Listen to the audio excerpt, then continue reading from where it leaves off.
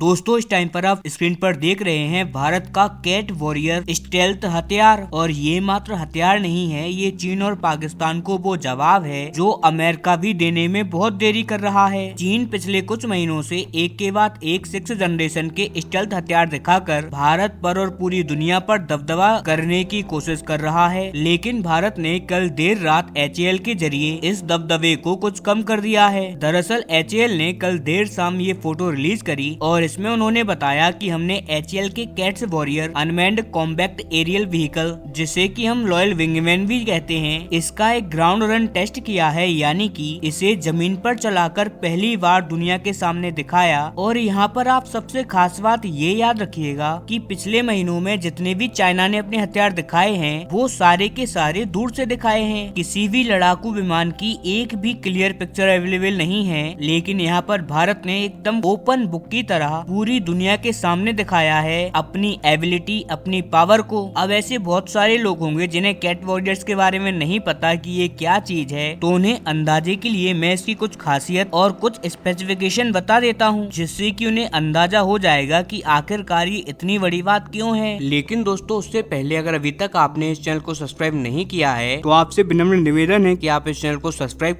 कर notification bell को on कर लीजिए और वीडियो को लाइक कर दीजिए। चलिए हम वीडियो में वापस आते हैं। तो दोस्तों सबसे पहले तो मैं आपको बता दूं कि ये लॉयल विंगमैन कैटेगरी का हथियार है। मतलब कि कहने को तो ये एक स्टेल्थ ड्रोन है जो कि हवाई हमले कर सकता है। इसमें आप मिसाइल लेकर जा सकते हो, लेकिन इसमें ट्विस्ट है, आप इसे जमीन से कंट्रोल नहीं कर सकते। जैसे कि अभी तक हमने जो बाकी के ड्रोन देखे हैं उन्हें हम जमीन से कंट्रोल करते आए हैं, किसी ग्राउंड स्टेशन से। लेकिन इस लॉयल विंगमैन को कंट्रोल किया जाता है लड़ाकू विमान से, यानी कि एक लड़ाकू विमान आसमान के अंदर उड़ रहा होगा और उसी की मदद से आप 4 से 5 लॉयल विंगमैन यानी कि इसी प्रकार के ड्रोनों को कंट्रोल करोगे। या फिर एक जो अबॉक सिस्टम होता है जो कि हवा में उड़ता रहता है, एक प्लेन की मदद से आप इसे उससे भी कंट्रोल कर सकते हो। वहीं एक चीज और है जो इसे ड्रोन से अलग बनाती है, वो ये है कि ड्रोन हमेशा हवा से जमीन पर अटैक करते हैं और ड्रोन इसीलिए बने होते हैं, लेकिन ये जो हमने बनाया है ये लड़ाकू विमान को भी मारकर गिरा सकता है। इसकी कैपेबिलिटी बहुत ज्यादा होती है। उदाहरण के लिए इसकी जो रफ्तार है वो 1 मैक तक जाती है, यानी कि इसकी जो रफ्तार है वो स्पीड ऑफ साउंड को मैच करती है, जितनी रफ्तार आवाज की होती है। अगर आप नहीं समझे तो आप जरा सोचिए कि आप जिस भी डिवाइस में ये वीडियो देख रहे हो उस डिवाइस से निकलकर आवाज आपके कानों तक जितनी देर में पहुंच रही है उसे बोलते हैं आवाज की रफ्तार, और इतनी ही रफ्तार से ये उड़ भी सकता है। अब हम बात करते हैं रेंज की, तो इसकी रेंज है करीबन 1500 किलोमीटर की, लेकिन ये रेंज है क्रूज स्पीड पर। अब जब हम इसकी कॉम्बैक्ट रेंज की बात करें, यानी कि युद्ध के दौरान ये कितनी देर तक उड़ान भर पाएगा, तो वो होगी करीबन 700 किलोमीटर। 700 किलोमीटर तक ये लगातार उड़ान भर सकता है, जो कि बहुत ही ज्यादा रेंज है। अब बात आती है कि आखिरकार ये अपने साथ कितनी मिसाइलें हथियार लेके जा सकता है, तो टोटल इसके अंदर 4 हार्ड पॉइंट हैं, 2 इंटरनल हैं और 2 एक्सटर्नल हैं। और वहीं अगर हमें इसको स्टेल्थ बनाकर किसी भी अपने दुश्मन देश के अंदर अटैक करवाना है तो ये करीबन 2 मिसाइलें अपने इंटरनल बे में लेके जा सकता है, जिससे कि ये अपनी स्टेल्थनेस को बरकरार रखेगा और इसे अटैक करने से भी कोई नहीं रोक पाएगा।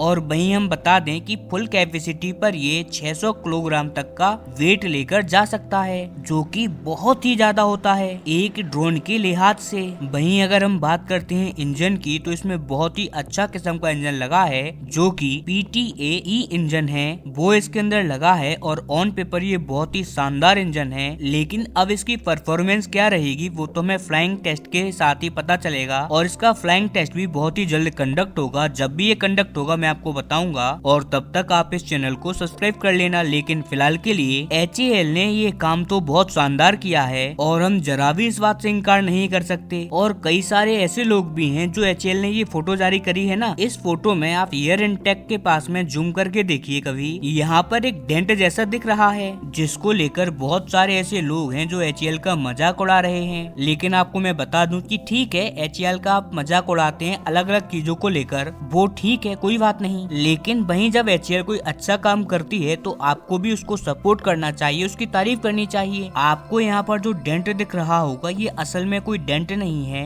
दरअसल ये जो ड्रोन बना के दिखाया है HAL ने, ये बस एक प्रोटोटाइप है, यानी कि ये पहला कैट्स वॉरियर है और इसके ऊपर हम सारी की सारी टेस्टिंग करेंगे। इसी वजह से इसके ऊपर हमने किसी भी एक्सपेंसिव मटेरियल का इस्तेमाल नहीं किया। हमने इसके ऊपर नॉर्मल मेटल का उपयोग किया है, जिसकी वजह से जो मेटल होता है वो टेम्परेचर के अकॉर्डिंग कभी ऊपर उठता है, कभी नीचे बैठता है, जिसकी वजह से हमें कभी कभी ये इस प्रकार के डेंट के फॉर्म में दिखाई देता है। लेकिन हम जो भारतीय वायुसेना को ये कैट्स वॉरियर देंगे ना, तब हम ये मेटल निकाल देंगे और एक बहुत ही बेहतरीन एक्सपेंसिव कंपोजिट मटेरियल का इसमें इस्तेमाल किया जाएगा। वहीं अगर हम बात करें कि क्या ये बाकी में ही स्टेल्थ होगा, तो देखिए फिलहाल रिपोर्ट्स बताती हैं कि इसका जो रडार क्रॉस सेक्शन है वो बहुत ही ज्यादा कम होगा और हम इसके डिजाइन में भी देख पा रहे हैं कि 90 डिग्री के कोण इसमें ना के बराबर बन रहे हैं, यानी कि RCS बहुत ही ज्यादा कम होगा, यानी कि ये स्टेल्थ तो होगा ही। और इन केस कोई प्रॉब्लम हो जाती है और स्टेल्थ नहीं होता है तब भी सेमी स्टेल्थ होगा। जी हाँ, सेमी स्टेल्थ तो ये 100% होगा ही होगा अपने डिजाइन की वजह से। लेकिन जो फिलहाल रिपोर्ट आ रही है उनके अकॉर्डिंग ये शानदार स्टेल्थ हथियार है। लेकिन दोस्तों इसके डेवलपमेंट और टेस्टिंग के लिए हम सभी लोग जिम्मेदार हैं और मैं हम सभी लोगों को क्रेडिट दूंगा, क्योंकि दोस्तों आप भी पिछले कुछ दिनों से देख रहे होंगे लगभग हर बंदा, स्पेशली जब से चाइना के द्वारा 6th जनरेशन के स्टेल्थ लड़ाकू विमान एक के बाद एक बताए जा रहे हैं, तब तक HAL ने कुछ भी नहीं किया था। लेकिन उसके बाद जो हम सभी लोगों ने हर एक सोशल मीडिया पर, फिर चाहे वो ट्विटर हो, इंस्टाग्राम हो या कोई भी क्यों ना हो, हमने कहीं ना कहीं अपनी आवाज उठाई और वायुसेना के सपोर्ट में पोस्ट करने स्टार्ट किए। साथ ही हमने हमारी वायुसेना का भी बहुत खुलकर पक्ष लिया। हो सकता है कि उसी के बाद HAL के ऊपर भयंकर दबाव पड़ा हो, साथ ही हमारी सरकार के ऊपर भी दबाव बना होगा। अब मैं ऐसा क्यों कह रहा हूँ, क्योंकि दोस्तों ये जो टेस्टिंग अभी हुई है ना, ये इस साल के अंत तक होने वाली थी, लेकिन हम सभी की वजह से, आप लोगों की वजह से, जो बार बार हम लोग कमेंट करते आ रहे हैं, हमने इसे जनवरी में ही कंडक्ट करवा दिया है एक जबरदस्त दबाव बनाकर। और हमें ये दबाव बनाकर रखना है, तभी जाकर कहीं एमका के ऊपर प्रोग्रेस होगी, तभी जो हमारा दूसरा घातक UCAV स्टेल्थ हथियार है उस पर प्रोग्रेस होगी और इसकी भी फ्लाइंग टेस्टिंग तभी होगी। हालांकि आप सबका इस पर क्या मानना है, आपकी राय हमें देना ना भूलें। तो ये कैट्स वॉरियर कैसा लगा है, आपकी राय हमें बताएं नीचे दिए हुए कमेंट सेक्शन में।